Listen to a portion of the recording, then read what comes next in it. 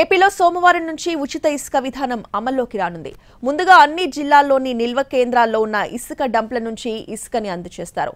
ఎటువంటి లాభం లేకుండా నిర్వహణ ఖర్చులు, సీనరేజ్ ఛార్జీలు మాత్రమే వసూలు చేసి ప్రజలకు ఇవ్వాలని నిర్ణయించారు. ఏపీలో ఉచిత ఇసుక విధానానికి విధి విధానాలు ఫైనల్ అయ్యాయి. సీఎం చంద్రబాబు ఆదేశాలకు అనుగుణంగా అధికార యంత్రాంగం కార్యాచరణను సిద్ధం చేసింది. సోమవారం నుంచి మొదటగా అన్ని జిల్లాల్లోని నిల్వ కేంద్రాల్లో ఉన్న ఇసుక డంప్ల నుంచి ఇసుకను అందజేస్తుంది.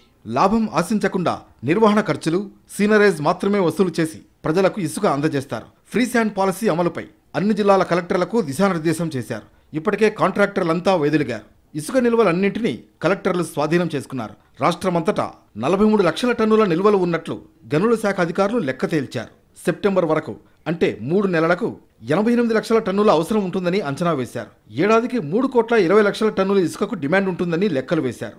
ఉచిత ఇసుక పాలసీ కింద ఛార్జీలను ఒకసారి చూసుకుంటే సీనరేజ్ కింద టన్నుకు 88 రూపాయలు తీసుకుంటారు. ఇప్పటి వరకు కాంట్రాక్టర్లు ఇసుక తవ్వినందుకైన ఖర్చు కింద టన్నుకు 30 రూపాయల చొప్పున వసూలు చేస్తారు. బోట్స్మెన్ సొసైటీల ద్వారా తవ్వించిన ఇసుక అయితే టన్నుకు 225 రూపాయల చొప్పున ఛార్జ్ చేస్తారు. రీచ్ నుంచి దూరంగా ఉన్న నిల్వ కేంద్రానికి ఇసుక తరలించి ఉంటే రవాణా ఖర్చు కింద టన్నుకు కిలోమీటర్కు 4 రూపాయల 90 పైసల చొప్పున లెక్కిస్తారు. నిర్వహణ ఖర్చు కింద టన్నుకు 20 రూపాయలు చెల్లించాలి.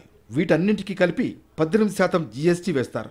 ఇలా అన్నీ కలిపి ఆయా స్టాక్ పాయింట్లలో టన్ను ఇసుక ఎంతనేది కలెక్టర్లు ఫైనల్ చేస్తారు. ఇందులో ప్రభుత్వం రూపాయి కూడా తీసుకోదని చెబుతున్నారు. కావలసిన వారు ఆధార్, ఇతర ధృవీకరణ పత్రాలను చూపి ఇసుక తీసుకోవచ్చు. ఒక వ్యక్తి ఒక రోజులో కేవలం 20 టన్నుల ఇసుకను మాత్రమే తీసుకుని వెళ్లడానికి అనుమతిస్తారు. ఒకప్పుడు స్టాక్ పాయింట్లలో ట్రాక్టర్ ఇసుక 2,500 నుంచి 3,000 రూపాయల వరకు ధర పలికేది. గతంలో బ్లాక్ మార్కెట్లో 6,000 దాకా వెళ్ళింది. ఇప్పుడు కొత్త పాలసీతో 800 రూపాయలకే ట్రాక్టర్ ఇసుక దొరుకుతుంది. 3 టన్నుల లారీ ఇసుక గతంలో 6,500 రూపాయలకు అమ్మేవారు. ఇప్పుడు 2,125 రూపాయలకే వస్తుంది. ఇక వాగులు, వంకలు, చిన్న నదుల్లో ఎడ్లబండ ద్వారా నేరుగా ఇసుక తవ్వి తీసుకెళ్లొచ్చు. సమీప గ్రామాల ప్రజలు తమ నిర్మాణ అవసరాలు, అక్కడి ప్రభుత్వ నిర్మాణాలకు మాన్యువల్గా తవ్వి ఇసుకను తరలించుకునేందుకు అవకాశం కల్పించారు. ఇప్పటి వరకు కాంట్రాక్టర్లు కొన్ని జిల్లాల్లో చిన్న నదుల్లో సైతం ఇసుకను తవ్వి అమ్మారు. ఇకపై ఇదంతా ఉచితంగానే దొరుకుతుంది. జిల్లాల వారీగా ఏ రీచ్ల్లో ఎంత మేరకు నిల్వలు ఉంటాయనేది అంచనాలు రూపొందిస్తున్నారు. సెప్టెంబర్ చివరి నాటికి వీటికి అనుమతులు తీసుకుంటారు. సీనరేజ్ కింద వసూలు చేసే 88 రూపాయలను జిల్లా పరిషత్, మండల పరిషత్, గ్రామ పంచాయతీల ఖాతాలకు ప్రతి నెలా జమ చేస్తారు.